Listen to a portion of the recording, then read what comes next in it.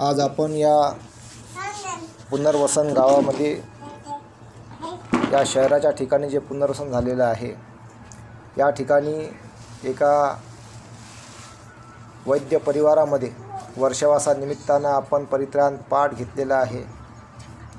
त्या निमित्तानं इथे सर्व उपस्थित मित्र परिवार शेजारी सर्व इथं उपस्थित आहेत आणि या वर्षावासाच्या पवित्र अशा प्रवासाला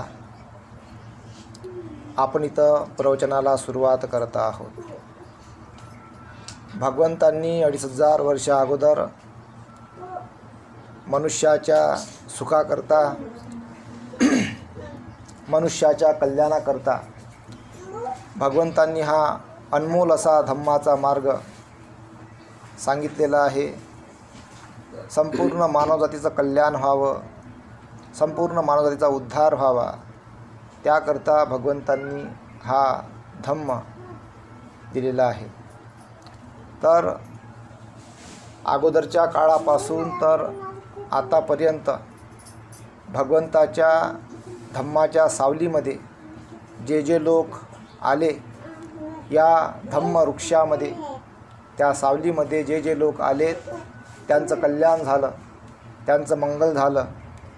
ज्यांनी या प्रवासामध्ये आपला प्रवास गाठला आणि त्यामध्ये धम्माच्या पाण्यामध्ये ज्यांनी आंघोळ केली, ज्यांनी त्या पाण्याचे थेंब अंगावर घेतले त्यांचं कल्याण झालं, त्यांचं मंगल झालं। तर हाच मंगलमय मार्ग आज आपल्याला या पुढील पिढीला कसा मिळेल याकरता आपल्याला कार्य करायचं आहे आणि हा महान धम्म आपल्याला समजून घ्यायचा आहे। या जगामध्ये जोही उद्धार झाला आणि जेवढेही महापुरुष ज्यांना आपण मानतो, ज्यांना आपण पूजतो, जे मग कुठले बुवा असतील, बाबा असतील, कुठले देवी असेल, चमत्कार असेल, जे तुम्ही पूजता हे भगवंताच्या धम्माच्या बलामुळं तुम्हाला ते सूट भेटलेली आहे। कारण हा संपूर्ण धम्म हा भारतीय संविधानामध्ये दडलेला आहे। या संविधानामध्ये दडलेला असल्यामुळे धम्म त्यामध्ये सूट आहे। ज्या मनुष्याला जिथे आपली श्रद्धा टेकवायची आहे तिथे तो आपली श्रद्धा उत्पन्न करू शकतो। मग त्याला एखाद्या दगडाला पूजायचं असेल, कुठल्या एखाद्या देवीला पूजायचं असेल, कुठल्या एखाद्या बुवाला पूजायचं असेल, कुठल्या एखाद्या बाबाला पूजायचं असेल, हा स्वातंत्र्य तुम्हाला भारतीय संविधानाने दिलेला आहे। आणि बुद्धसुद्धा तुम्हाला मना करत नाही। बुद्ध म्हणतात का तुमच्या बुद्धीला काय पटते ते स्वीकारा। मग आपली बुद्धी जेवढी आहे माणूस तिकडंच जाईल ना। ज्या माणसाची बुद्धी जिकडं आहे ते तिकडंच जाणार आहे। ज्याची बुद्धी आहे दगडाला पूजायची तो दगडाला पूजन, ज्याची बुद्धी आहे झाडाला पूजायची तो झाडाला पूजल, ज्याची बुद्धी आहे का एखाद्या कुठंतरी कर्मकांडाकडे जातो तिकडं पूजल, ज्याची बुद्धी आहे दारू प्यायची तो दारूच पेन, ज्याची बुद्धी आहे गांजा प्यायची तो गांजाच पेन, ज्याची बुद्धी आहे भांडणं करायची तो भांडणंच करल, आणि ज्याची बुद्धी आहे का दारू पिऊन लोयाची तो लोयतच राहीन। तुम्ही त्याला कितीही चांगलं सांगसाल तर ज्याला स्वीकारायचं आहे तो स्वीकारेल आणि ज्याला नाही स्वीकारायचं तो नाही स्वीकारेल। भारतीय स्वतंत्र आहे प्रत्येकाला। एखाद्यानं म्हटलं का मला बा ह्या मातीतच लोळून राहायचं आहे, मला नालीतच राहायचं आहे, त्याला तुम्ही काहीच नाही करू शकत। त्याला नालीतच राहायला आवडते। जसे किड्याला नालीमध्ये राहायला आवडते। किड्याला तुम्ही बाहेर काढलं का तो अधिक नालीमध्ये जाते, त्याला अधिक तुम्ही बाहेर काढा अधिक नालीमध्ये जाते। मेंढकी तशीच आहे। मेंढकी तुम्ही चिखलाच्या बाहेर काढा ते अधिक चिखलात जाते। मेंढकीला म्हणा बाई तुला घरी पोचतो माझं चांगलं घर आहे, ती अशी माझी मैत्री झाली, तू माझ्या घरात राहत जाय, मस्त पाणी पेत जाय, काही थोडीशी तुकडा खात जाय। मेंढकीला तू मी चिखलातली होईना चिखलात जाईन ते।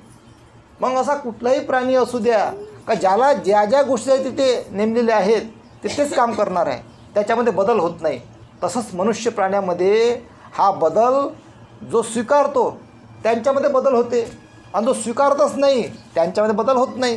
कारण त्यांना याच प्रवृत्तीमध्ये जगायला आवडते आणि त्यामुळं आपण फक्त त्यांना मार्ग दाखवू शकतो आणि दुसरं काहीच करू शकत नाही।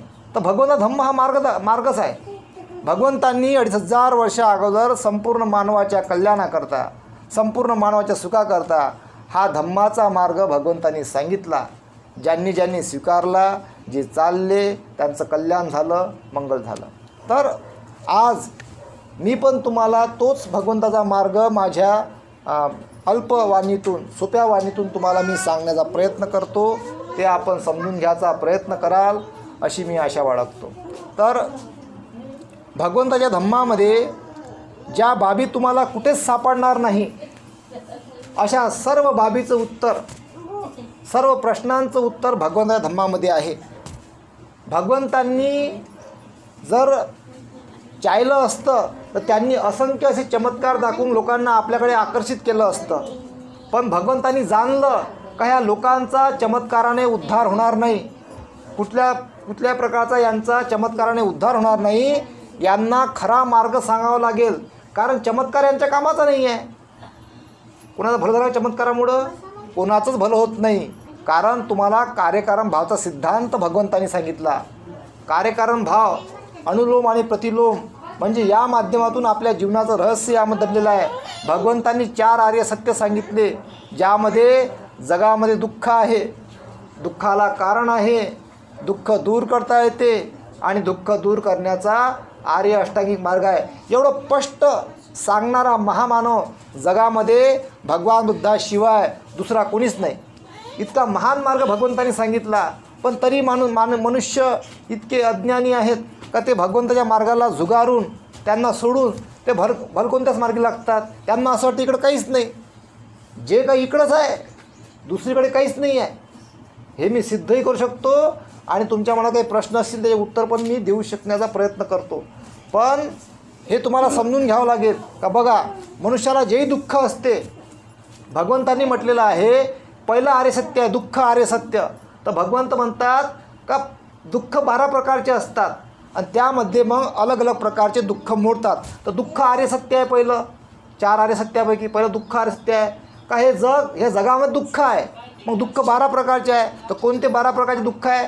जाती बी दुःख आहे, जन्म घेणं दुःख आहे, जरा बी दुःख, म्हातारपण दुःख आहे, व्याधी बी दुःख म्हणजे म्हातारपणाला रोग येते, रोग दुःख आहे, आणि मग मरणम बी दुःख म्हणजे मग मनुष्य हा मृत्यू होतो, मरण दुःख आहे. मग 5व्या प्रकार दुःख येते मनातील इच्छा पूर्ण न होणे म्हणजे दुःख. मनातल्या इच्छा असतात ना, माय मोठं घर झालं पाहिजे, माझी कार असली पाहिजे, माझा बंगला असला पाहिजे, आहे का नाही. विविध प्रकारच्या मनातल्या इच्छा असतात मनुष्याच्या. त्या इच्छा जर पूर्ण झाल्या नाही तर मनुष्य हा दुःखी होतो. 6व्या प्रकारची इच्छा असते प्रिय व्यक्तीचं निघून जाणे, म्हणजे जो आवडता व्यक्ती असते, नवरा असते, भाऊ असते, बहीण असते, मित्र असते, नातेवाईक असतात, प्रिय व्यक्तीचं आपल्या आयुष्यातून निघून जाणे म्हणजे दुःख आहे 6व्या प्रकारचं. आणि 7व्या प्रकारचं दुःख येते अप्रिय व्यक्तीचं सोबती, म्हणजे एखादा अप्रिय व्यक्ती आहे, जसं म्हणजे एखादा नवरा रोज मारते बायकोले, तिला वाटते बापा कटाईली म्हणते मी, एक तर मी मरतो किंवा ह्या तरी मरावं म्हणते, असं म्हणते ना रागाच्या भरात. मग असं होते. अप्रिय व्यक्ती सोबती म्हणजे दुःख, म्हणून हे 7व्या प्रकार दुःख आहे. आणि त्यानंतर येते मग 5 दुःख आहेत, यामध्ये जोडतात अजून रूप वेदना संज्ञा संस्कार विज्ञान. हे 7 आणि 5 12 प्रकारचे दुःख येतात. यामध्ये मग विविध प्रकारचे दुःख मोडतात. आता हे जे दुःख आहेत याचं कारण काय माहीत आहे? दुःखाचं कारण आहे दुसरं आर्य सत्य. दुसरं आर्य सत्य आहे का दुःखाला कारण आहे. दुःखाचे मूळ कारण तृष्णा, राग, द्वेष, लोभ, मोह, हे 4च कारण आहे. मग ज्याचाही जन्म होते तो मोहामधून होते जन्म. आता इथं हे असल्यामुळं तर भगवंतांनी बघा इथंच थांबलं नाही. भगवंतानं जाणलं होतं का येणाऱ्या काळामध्ये असंख्य लोकांचा जन्म होणार आहे, असंख्य लोक जन्माला येणार आहे, यांचं कल्याण व्हावं, यांचं मंगल व्हावं. मग भगवंतांनी अधिक संशोधन केलं आणि भगवंतांनी म्हटलं तिसरं आर्य सत्य सांगितलं भगवंतांनी, दुःख दूर करता येते. मग तिसरं आर्य सत्य सांगितलं भगवंतांनी, दुःख दूर करता येते म्हणजे आशा दिली भगवंतांनी. आणि 4थं आर्य सत्य सांगितलं भगवंतांनी, दुःख दूर करण्याचा मार्ग आहे आर्य अष्टांगिक मार्ग. बघा, कारण जन्म झाला आता हे जन्म झालेलं आहे, आता सोडता येते काय? मग भगवंतांनी आर्य अष्टांगिक मार्ग सांगितला. सम्यक दृष्टी, सम्यक व्यायाम, सम्यक कर्मांत, सम्यक आजीविका, सम्यक स्मृती, सम्यक समाधी, ह्या जेवढेही सम्यक बाबी आहे 8, याच्यातून तुमचा दुःख मुक्तीचा मार्ग आहे. आता ह्या कशा समजतात? या जर तुम्हाला समजून घ्यायच्या असेल तर भगवंतांनी अगोदर सांगितलं आहे पंचशील. भगवंत म्हणतात तुम्हाला पहिले पंचशिलाच्या पायरीमध्ये उतरावं लागेल. तर पहिली पायरी सांगितली भगवंतांनी पंचशिलाची, पानातिपाता वेरमणी सिक्खापदम समाधियामी. मी हिंसा करणार नाही. हिंसा नाही करता येत. हिंसा केली का आर्य अष्टांगी मार्ग समजत नाही मग, कारण मग दुःख जन्माला येते अधिक. म्हणून पहिलं शील सांगितलं भगवंतांनी. दुसरं सांगितलं शील भगवंतांनी अदिन्न दाना वेरमणी सिक्खापदम समाधियामी. मी चोरी करणार नाही. मी चोरी करणार नाही.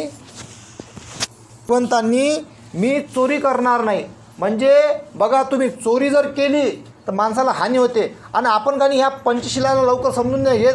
विविध प्रकारच्या चोऱ्या असतात. जर समजून घ्या, एखादा वावर असेल, वावरामधला विदाऊट परमिशन हरभरा जरी तोडला ती चोरी झाली, त्यांना पण दुःख अंगावर येते, आपले दोष लागते. एखाद्या समजा अंगणामधलं जामा झाड असेल, जामं जरी तोडले, माझ्या कोणी नाही घरी तोडून टाक, तरी दोष लागते. विदाऊट परमिशन कोणाचीही वस्तू घेता कामा नये, कारण त्याच्यामुळे दोष लागते. ह्या दोषामुळं मनुष्य मात्रांची हानी होऊ शकते. म्हणून ह्या थोड्या वेळा बाबी समजून घ्यायची गरज आहे. त्यानं तिसरं शील दिलं भगवंतांनी, कामे सुमिचारा वेरमणी सिक्खापदम समाधियामी. पती पत्नींना या शिलाचं पालन करावं लागते, व्याभिचार करणार नाही. त्यानंतर आहे चौथं शील आहे मुसावादा वेरमणी सिक्खापदम समाधियामी. मी खोटं बोलणार नाही. खोटं नाही बोलता येत. हे तुम्हाला इथं भगवंतांनी याला जेव्हा तुम्हाला असा प्रसंग जर आला का जिथं बा एखादा जीव वाचवायचा असेल, तिथे तुम्हाला शिथिल आहे, पण शिथिल असं असावं का तिथं तुमचा कोणाचा जीव वाचला पाहिजे, किंवा मग ह्याला बोलू नये खोटं, किंवा यापासूनसुद्धा हानी होत असते. पण भगवंत आपल्या आयुष्यामध्ये कधीच खोटं बोलले नाही. त्यांनी एक प्रसंग त्याच्या जीवनामध्ये आला होता. एका स्त्रीच्या मागं काही पुरुष लागले होते गुंड प्रवृत्तीचे, तर ती काही भगवंताच्या आड येऊन अशी लपली आणि भगवंताला म्हणाले की त्यांना सांगू नका बा, ते माझ्या मागे लागले. मग ते गुंड प्रवृत्तीचे लोक आले आणि त्यांनी भगवंताला विचारलं, ए महाशय, तुमने यहाँ पे किसी वो स्त्री को देखा? तो भगवंत म्हणाले, तुम जो यहाँ इस समय आए हो, इस समय मैंने यहाँ पे किसी को नहीं देखा. म्हणजे भगवंत खरंही बोलले आणि जीवही वाचवला. म्हणजे ज्यावेळेस ती तिथं आली होती, ती लपायला गेली, तो वेळ वेगळा होता, आणि ज्यावेळेस ते आले तो वेळ वेगळा आहे. तुम्हालासुद्धा असं जर कोणती एखादी बिचारी दारुडा नवरा एखाद्या ताईला कोणाला तरी मारून राहिला, आणि ती बिचारी तर लपत जर आपल्या घरामध्ये लपली, तिचा नळ आहे का माही बायको, म्हणजे आला विचार रागाच्या भरात, आणि जर आपण जर किंवा बोललो नाही व्यवस्थित तर तिचा जीव जाऊ शकते बा. तर मग तुम्हाला तुम्ही असंही बोलू शकता तर तुम्ही बा यावेळी इथं आले, ह्यावेळेस कोणाला बघितलं नाही, झाला म्हणजे खरंही बोलले, जीवही वाचला. किंवा मग तुम्हाला नाही सुचलं हे, तर तुम्ही डायरेक्ट म्हणू शकता, नाही बाबा आम्ही नाही पाहिलं. म्हणजे तुम्हाला जीव वाचवणं महत्त्वाचं आहे. कारण हे अशा गोष्टी तुम्हाला इथं समजून घ्यायच्या आहे. पण प्रत्येक वेळी खोटं बोलायचं विनाकारण त्यांना दोष लागते, कारण तसं खोटं बोलू नये. तर हे शील महत्त्वाचं आहे. आणि त्यानंतर इथे पाचवं शील सूरहा मेरय मज्जपमानत्थाना वेरमणी सिक्खापदम समाधियामी. मी कुठल्याही प्रकारचं व्यसन करणार नाही. आता व्यसनापासून आणि बाकीचे सगळे शील तुटतात मग. म्हणून व्यसन करता कामा नये, कुठल्याही प्रकारचं व्यसन करता कामा नये. या व्यसनापासून काही मनुष्य मात्रांची हानी होते, आपलं आरोग्य खराब होते, आणि मग आपला जो पैसा असतो जवळचा तो निघून जातो दवाखान्यामध्ये, किडन्या डॅमेज होतात दारू पिल्यामुळं, शरीर खराब होते, आणि मग विविध प्रकारच्या हान्या होतात, आणि त्याच्यामुळं आपलं आयुष्य खराब होते. त्यानंतर महिलासुद्धा नशा करतात. काही महिला नशा कोणता करतात माहीत आहे? नशीनं दातं घासतात. त्यांना ब्लड त्याच्यावर लिहिलंच आहे त्या नशीच्या पुढीवर, यांना कॅन्सर होते बा, पहा तुम्ही. तर म्हणून नशीनं दातं घासता कामा नये. खर्राने खावा, पुड्याने खावा, तंबाखूने खावा, यापासून आपण दूर राहिलं पाहिजे. आणि जास्तीत जास्त आपण हे नशा सोडून आपण धम्माच्या मार्गे जाण्याचा प्रयत्न केला पाहिजे. आता भगवंताला काऊन नाही म्हणत लोक माहिती जास्त, काऊन नाही म्हणत तिकडे जास्त? कारण त्यांना नशा करायला पाहिजे. भगवंत काय म्हणतात, माझ्या धम्माला तुम्हाला समजून घ्यायचं असेल तर 5 शिलाचं पालन करावं लागते. त्याशिवाय धम्म समजतच नाही, त्याशिवाय जीवनामध्ये सुखच येत नाही. कारण सुख येण्याचं जे पहिली जी पायरी आहे ते पंचशील आहे. पंचशिलाच्या पायरीला पार केल्याशिवाय हे तुम्हाला 4 आर्य सत्यामध्ये तुम्ही उतरतच नाही, समजतच नाही. त्यामध्ये काही तुम्हाला पुढे वाटचालच नाही करता येत. म्हणून 4 आर्य सत्याला मग आर्य अष्टांगी मार्ग समजून घ्यायचा असेल तर तुम्हाला पंचशिलाच्या पायरीमध्ये उतरावं लागते, आणि त्यानंतर तुमच्या जीवनामध्ये सुख यायला सुरुवात होते. आणि मग पुढं चालून यामध्ये भगवंतांनी सांगितलं का तुम्हाला आपल्या जीवनामध्ये पती पत्नींना जर अधिक आपला जीवनाचा प्रवास सुखकर बनवायचा असेल, अधिक घट्ट बनवायचा असेल, तर भगवंतांनी सांगितलं मग अष्टशील. तुम्हाला अष्टशिलाचं पालन करावं लागते. महिन्यातून 4 दिवस पौर्णिमा, अमावस्या आणि 2 अष्टमी. पौर्णिमे दिवशी तुम्हाला उपवास व्रताचं पालन करावं लागते. अष्टशील ग्रहण करून भगवंताला याचना करायची, अष्टशील ग्रहण करायचं आणि पालन करायचं. पौर्णिमा, अमावस्येच्या 1 दिवसा अगोदर आणि 2 अष्टमीचे दिवस हे तुम्हाला अष्टशील ग्रहण करावं लागते, जेणेकरून तुमच्या जीवनामध्ये पती पत्नींच्या सुख येते, शांती येते, समाधान येते आणि आपसामध्ये दुरावा निर्माण होत नाही, संशय उत्पन्न होत नाही. म्हणून याला काटेकोरपणे कंटिन्यू पालन करावं लागते. आता कसं होते, महिला पकडते, पुरुष पकडत नाही. मग तिथं कसं वाद होते. मग तर ज्या महिला जे पुण्य कुशल कर्म कमावतात, हे कुशल कर्म त्यांच्या पतीला मिळते, त्यांना माहीतच नाही. त्याला वाटते आम्हाला काही होते बा, पण त्यांचं कुशल कर्म त्याची पत्नी कमावते उपवास व्रत पकडून. त्यांच्या मुलांचं कल्याण होते, मुलींचं कल्याण होते, पतीचं कल्याण होते, त्यांची हानी कमी होते. जास्त हानी व्हायची तर कमी होऊन जाते हानी, पण त्यांनी जर पकडलं त्यांची हानीच होणार नाही. म्हणून त्यांना ह्या बाबी समजून घ्यायच्या असतात आणि उपवास व्रताचं अष्टशील ग्रहण करून पालन करावं लागते. त्यानंतर तुम्हाला मग जेव्हा मनुष्य एखादा आपल्या जीवनामध्ये प्रवास करता करता श्रीमंत होतो, मग तो गरिबीमधून श्रीमंत झाला, खूप पैसा आला, मग त्याला काही तरीसुद्धा त्याला असं वाटते का आता माझ्यापाशी बा मी पंचशिलाचं पालन करतो, मी अष्टशिलेचं पालन करतो, उपवास व्रतही पकडतो, तरी मी थोडंसं मला जीवनामध्ये दुःख येऊन राहिलं, कारण काय बा समजत नाही, माहीत नाही पडत. तर मग तुम्हाला जे 10 पारमिता आहे त्या 10 पारमितामध्ये उतरावं लागते. मग पा कसं कनेक्शन आहे जुळलेलं. जेव्हा मनुष्य श्रीमंत होते, खूप धनसंपत्ती येते, मग त्याला दान पारमी पूर्ण करावं लागते. धम्मासाठी त्याला दान करावं लागते, धम्म कार्यात खर्च करावं लागते. भगवान बुद्धांच्या हिशोबानं त्यांना कमाईचे 4 भाग करावे लागते संपत्तीचे. जर तो करोडपती असेल त्याला 4 भाग करावे लागते. 1 भाग त्याला मुलाबाळांच्या सेवेकरता, 1 भाग त्याला ते 4 भाग करून 1 भाग मुलाबाळांच्या सेवेकरता, 1 भाग त्याला आईवडिलांच्या सेवेकरता, 1 भाग त्याला काही व्यवसायामध्ये गुंतवण्याकरता आणि 1 भाग त्याला धम्म कार्याकरता राखून ठेवा लागते धम्माच्या हिशोबानं. आणि बाबासाहेबांच्या हिशोबानं त्याला जे सांगितलं, बाबासाहेब म्हणतात 20 भाग खर्च करा. मग 20 भाग खर्च करावा लागतो तुम्हाला समाजकार्यामध्ये, समाजातील गरजू मुलांवर, गरजू मुलींवर, शैक्षणिक कामाकरता, सामाजिक कामाकरता आणि या कार्यावर तुम्हाला ते खर्च करावा लागतो. तेव्हाच कुठं तुम्हाला त्यामध्ये शांती लाभते, समाधानी लाभते. जर हा नाही केला तर मग हा पैसा मग कर्मानुसार आणि मग दवाखान्यामध्ये जातो, व्याजासहित जाते. मग ते चक्रीव्याध व्याजसहित जाते मग पूर्ण दवाखान्यात. हे दिसत नाही.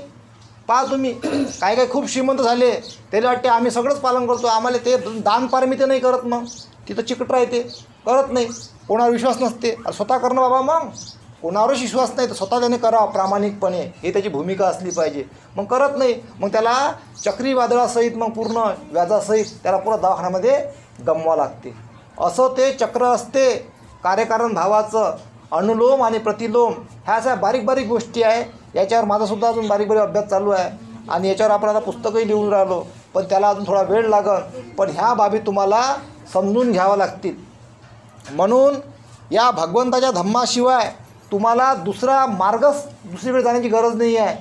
जेही तुम्हाला सुखाचा मार्ग आहे तो भगवंतांनीच 2500 वर्ष अगोदर सांगितला. त्याला फक्त बारकाईने समजून घ्यावं लागतो, बारकाईने आपल्या जीवनामध्ये उतरवावं लागते, त्याचं पालन करावं लागते. तेव्हाच कुठं आपल्या जीवनामध्ये चांगला सुखाचा आणि शांतीचा प्रवास होतो.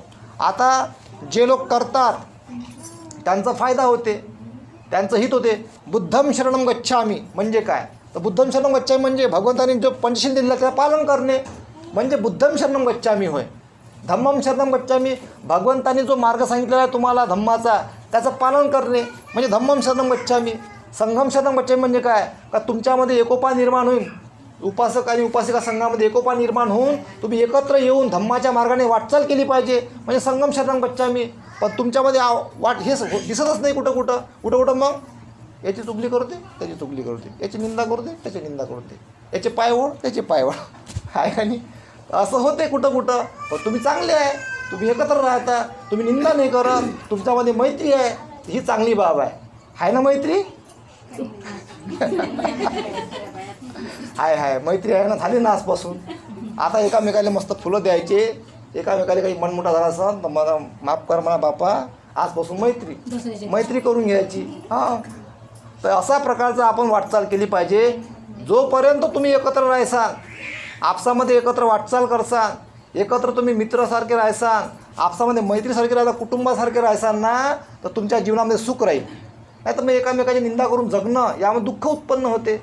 आज तुम्ही केली, उद्या दुसरा करते, म्हणजे एकामेकाचं हे करत राहायचं, दुःख वाढवत राहायचं. दुरुस्त्या करा, दुरुस्त्या करण्यामध्ये आनंद आहे. एकामेकाच्या चुका दुरुस्त करा, एकामेकाच्या चुका समजून घेऊन त्याला दूर करण्याचा प्रयत्न करा. आणि जेवढं तुम्ही दूर करसाल, चांगलं करसाल, तेवढं सुख जीवनामध्ये येईल. नाही तर काय होते, आपण एकामेकाचं काही निंदा करून काही दूषित वातावरण तयार करतो, निगेटिव्ह वातावरण. आणि निगेटिव्ह वातावरणानं काय होते माहीत आहे काय, उदास चेहरे, बापा बापा कसा, म्हणजे एकामेकाला पाहून तुम्ही निगेटिव्ह होऊन जाता, पूर्ण निगेटिव्ह. आता हे मला असं करून सांगा लागते, समजत नाही लवकर आहे का नाही. मग निगेटिव्ह आता तुमच्या चेहरा प्रसन्न राहायला पाहिजे. तर प्रत्येकाबद्दल तुम्ही काही सकारात्मक ऊर्जेनं सांगितलं पाहिजे, सकारात्मक बोललं पाहिजे, दुरुस्त केलं पाहिजे, दुरुस्त्या केल्या पाहिजे आणि एकामेकाला दुरुस्त करून पुढे वाटचाल केली पाहिजे. जेवढं तुम्ही चांगलं करण्याचा प्रयत्न करसाल तुम्ही एक चांगले तरंग निर्माण होतात. तरंग म्हणतात त्याला, तरंग, पॉझिटिव्ह तरंग निर्माण होतात आणि प्रसन्न वाटते. एखादा इलाका बा तुम्ही, जिकडे दारू असते, इकडेही बेवडा, तिकडेही बेवडा, इकडे बेवडं चालले हालत डुलत, कोणी गांजा पिऊ राहिला, कोणी सिगारेट, कोणी जुवा, पाच निगेटिव्ह वातावरण राहते. त्या बाया परेशान, माणसं जुवा फिरू राहिले, कोणी दारू पिऊ राहिलं, कोणी दारू गांजा पिऊन झोपलं, तिथं वातावरण कसं राहते, निगेटिव्ह राहते. असं पाहिलं असं वाटते का जनावर होय का बापा, जंगल तरी चांगलं वाटते कुठं, पण हे त्याच्यापेक्षा भयंकर वाटते. ते निगेटिव्ह वातावरण तयार होते. हे निगेटिव्ह वातावरण तयार नाही झालं पाहिजे. या निगेटिव्ह वातावरणापासून, इकडं नाही आहे पण कुठं सांगू राहिलो, दुसऱ्या देशातली गोष्ट आहे. तर या निगेटिव्ह वातावरणापासून आपण हे असं निगेटिव्ह वातावरण तयार होता कामा नये. आपण आज जे पॉझिटिव्ह वातावरण आहे, या पॉझिटिव्ह वातावरणाला, सकारात्मक ऊर्जेला अधिक सकारात्मकतेमध्ये निर्माण करून याला अधिक आपण वाढवण्याचा प्रयत्न केला पाहिजे. जेवढं आपण याला वाढवू, जेवढं आपण याला चांगलं बनवू, तेवढं आपल्या जीवनामध्ये सुख, शांती आणि समाधान अधिकाधिक निर्माण होईल. आणि आपण ते अधिकाधिक निर्माण कराल अशी मी आशा बाळगतो. तर आजच्या या वर्षावासा निमित्तानं आपल्याला काय काय करायचं आहे ते आपण ठरवून घ्यायचं. पंचशिलाचं पालन करायचं आहे. हा म्हणा बापा, पंचशिलाचं पालन करायचं आहे तुम्हाला, अष्टशिलाचं पालन करायचं आहे, उपवास पकडायचे आहे. उपवास पकडत असता तुम्ही, सगळेच पकडता, सगळे पकडा लागते पण ना. त्यांना आयु, वर्ण, सुख आणि बलाची प्राप्ती होते. आपलं आयुष्य वाढते उपवासामुळे, आपला वर्ण चांगला होते. मी एकच टाईम जेवण करतो पा, मेकअप नाही करावं लागत, काहीच नाही करावं लागत, तसंच चमकते अंग. त्याच्यामध्ये तेवढं बल आहे, तेवढं त्याच्यामध्ये हे आहे. तुम्हाला ते हळूहळू माहीत पडेल. मग आयुष्य वाढते, आपलं वर्ण चांगला होते, आपल्या जीवनामध्ये सुख येते, कोणती रोगराई येत नाही आणि बल प्राप्त होते.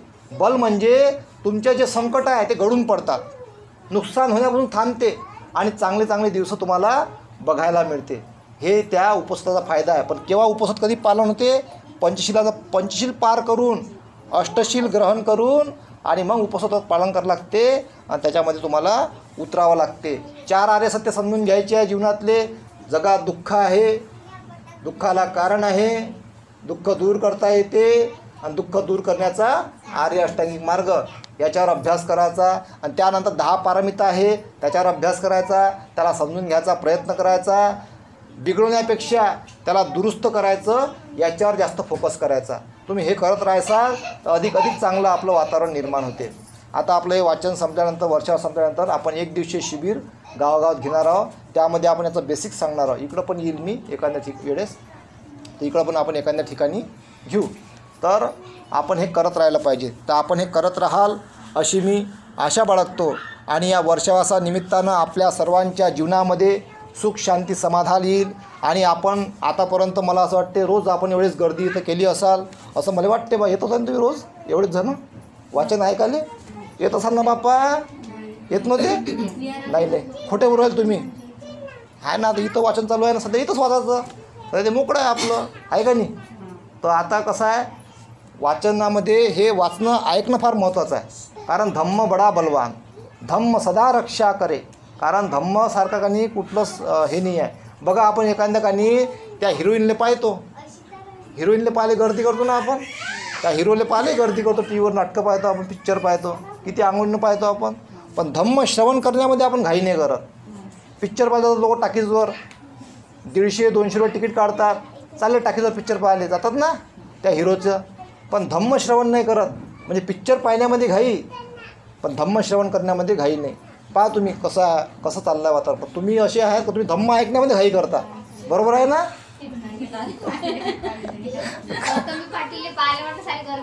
हो ना,